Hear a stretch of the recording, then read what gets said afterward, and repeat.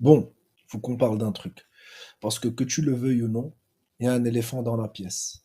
Et cet éléphant, c'est l'IA. Et je te le jure, plus j'avance, plus je vois des gens flipper. Et je comprends vraiment. Genre, t'entends partout, l'IA va voler ton travail. Les robots arrivent. On va tous être remplacés. Sauf que, comme d'hab, la réalité est beaucoup plus compliquée que ça. Ni un film catastrophe, ni une utopie. Donc aujourd'hui, j'aimerais t'expliquer ce que personne ne dit sur l'IA et l'emploi. Tranquille, comme si on était en train de discuter autour d'un café. Je vais te raconter une histoire vite fait, parce que franchement, elle résume bien le mood actuel. En 2024, t'as une rédactrice qui bosse dans une jardinerie en Angleterre. Jusqu'à là, rien d'anormal.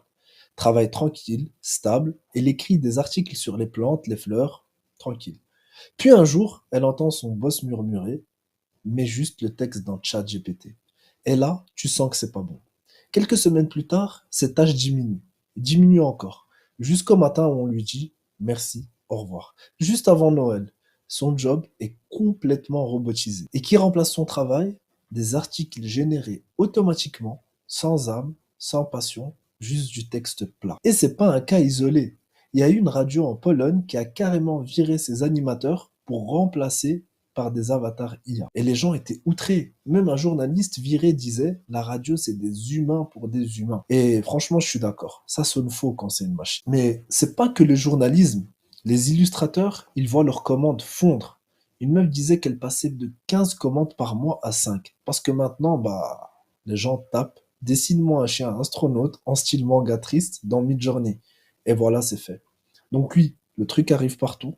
Mais attends, je te dis pas ça pour te déprimer parce que la suite est beaucoup plus nuancée, mais fallait commencer par la réalité du terrain, bien évidemment. Ok, mais on en est où vraiment à l'heure où je fais cette vidéo? Donc en novembre 2025. Eh bien, depuis fin 2022, ça explose. Mais genre vraiment. ChatGPT, Midjourney, Claude, Gemini. On a eu 10 ans d'évolution technologique en un an. Les entreprises investissent comme des dingues. 75% d'entre elles disent oui, oui, on va l'intégrer, l'IA. Et forcément, ça fait parler. T'entends des annonces chocs comme Amazon qui restructure 14 000 postes, Microsoft qui avoue que 30% de son code est maintenant écrit par l'IA. Et là, tu te dis que ça sent pas bon, mais attends, parce qu'il y a des chiffres de la vraie vie. Une étude du MIT a dit que techniquement, l'IA pourrait automatiser 12% des jobs à l'heure où on parle. Mais techniquement, ça veut toujours dire si toutes les entreprises remplaçaient tout ce qu'elles peuvent remplacer. Vous imaginez bien qu'elles le font pas, qu'elles peuvent pas le faire. Parce que ça demande du temps, ça coûte cher et ça demande des changements d'organisation. Et ça, c'est pas donné à tout le monde. Du coup, aujourd'hui, dans la réalité, l'IA touche environ 2% de la masse salariale. C'est pas comme on croit. Par contre, on voit qu'il y a une tendance, et une tendance qui est très très claire. Rien ne va s'effondrer demain, mais tout va changer dans les 5 à 10 prochaines années. Alors là, soyons clairs. Lorsque les gens disent l'IA remplace les humains, c'est très très souvent imprécis, parce qu'elle ne remplace pas des jobs, mais elle remplace des tâches. Et quelles tâches sont menacées? Ce sont les tâches répétitives, celles qui sont prévisibles, celles où tu suis des règles, et celles où tu manipules du texte ou des données. Et là, il y a une liste qui revient tout le temps dans les études des jobs qui sont tout simplement menacés. Parmi ces jobs, on a le travail de traducteur, rédacteur technique, agent de service client, télévendeur, assistant administratif, comptable ou encore rédacteur publicitaire. Bref, tous les métiers où tu travailles sur un ordinateur et pas avec des humains. Et même dans la tech, ça bouge. Microsoft, comme je te l'ai dit, a 30% de son code qui est généré par l'IA. Donc ça a mené à d'énormes licenciements de développeurs juniors. Et dans le monde physique, bien sûr, le monde physique est impacté aussi. Même si ici, on n'est plus dans le scope de l'IA, mais plutôt dans la robotisation. Si on parle d'entrepôts, nous avons des robots. Dans les supermarchés, des caisses automatiques. Dans les fast-food, des bornes. Dans les usines, des chaînes robotisées. Et pour les taxis, on a de la conduite autonome qui arrive petit à petit. Donc oui, il y a des boulots anciens qui vont commencer à disparaître. Et je te rassure, hein, tout n'est pas foutu, voire même loin, loin, loin de là. Il y a des métiers que l'IA galère vraiment à remplacer. Et la raison est simple. L'IA n'a pas de main, n'a pas de corps, pas d'émotion, pas d'empathie et n'a surtout pas de compréhension profonde du réel. Donc, tous les jobs qu'on peut voir ici sont très très solides. Infirmiers, aides-soignants, éducateurs, travailleurs sociaux, les plombiers, les électriciens, et même les métiers artistiques avec une réelle vision. Tout ce qui est enseignant, métier du sport, psychologue, bref, tous ces métiers-là où tu dois avoir un contact humain.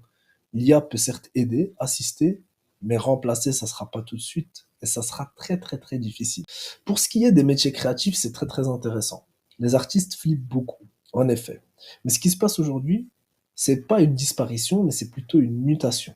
Un graphiste plus l'IA, ça va donner beaucoup plus puissant qu'un graphiste sans l'IA. Un auteur avec l'intelligence artificielle sera beaucoup plus rapide pour brainstormer, et de la même manière pour un monteur. Donc, l'IA ne remplace pas la créativité, elle remplace la partie chiante, la partie répétitive, et elle booste le reste. Et puis, on a une troisième catégorie.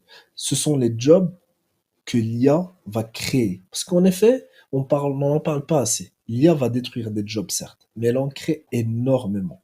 Parmi ces nouveaux métiers, nous recensons les prompt engineers, le spécialiste IA, l'auditeur d'algorithmes, le consultant IA, le spécialiste éthique de l'IA, l'analyse de données, la cybersécurité, le développeur d'IA génératif par exemple. Tous ces métiers explosent en demande et d'ici 2027, on parle d'une croissance de 30 à 40% dans ces catégories. Et là, j'ai une anecdote que j'adore. Ikea. Ikea. Eux, ils ont ajouté un chatbot IA, Billy. Normalement, ça aurait voulu dire des licenciements dans les centres d'appel. Eh bien non. Ils ont formé leurs téléconseillers pour justement devenir des conseillers en design d'intérieur. Donc gros gros level up. Ok, maintenant que tu vois un petit peu le scope, on arrive à la partie la plus importante. Si tu veux être tranquille pour les 10 prochaines années, tu dois développer deux types de compétences. On a d'un côté les hard skills et on a de l'autre côté les soft skills. Pour ce qui est des compétences numériques, il y a savoir utiliser et comprendre l'IA, savoir superviser une IA et dialoguer avec elle, analyser des données, automatiser des tâches simples et comprendre les limites des modèles. Pas besoin d'être un programmeur, mais tu dois être à l'aise avec le numérique. Pour ce qui est de l'autre côté, nous avons tout ce qui est empathie, créativité, pensée critique, gestion du changement, leadership, vision et la capacité à motiver. Ces compétences-là, elles prennent de la valeur parce que les machines font les tâches utiles plus que les humains et les humains, eux, doivent se concentrer sur les tâches humaines. La compétence ultime à acquérir, c'est donc le fait d'apprendre en continu. Les chiffres disent qu'en 2030, 39% des compétences actuelles auront changé. Donc si tu restes figé, c'est là que tu seras remplacé. Et pas par l'IA, mais par quelqu'un qui s'en sert mieux que toi. Est-ce que l'IA va voler ton job? Non, la vraie réponse, c'est qu'elle va voler ton ancien job, mais elle peut créer ton nouveau job. On va pas vers un monde sans travail humain, on va vers un monde où le travail change. Alors la vraie question, c'est pas est-ce que l'IA va me remplacer, mais comment est-ce que je vais évoluer avec elle?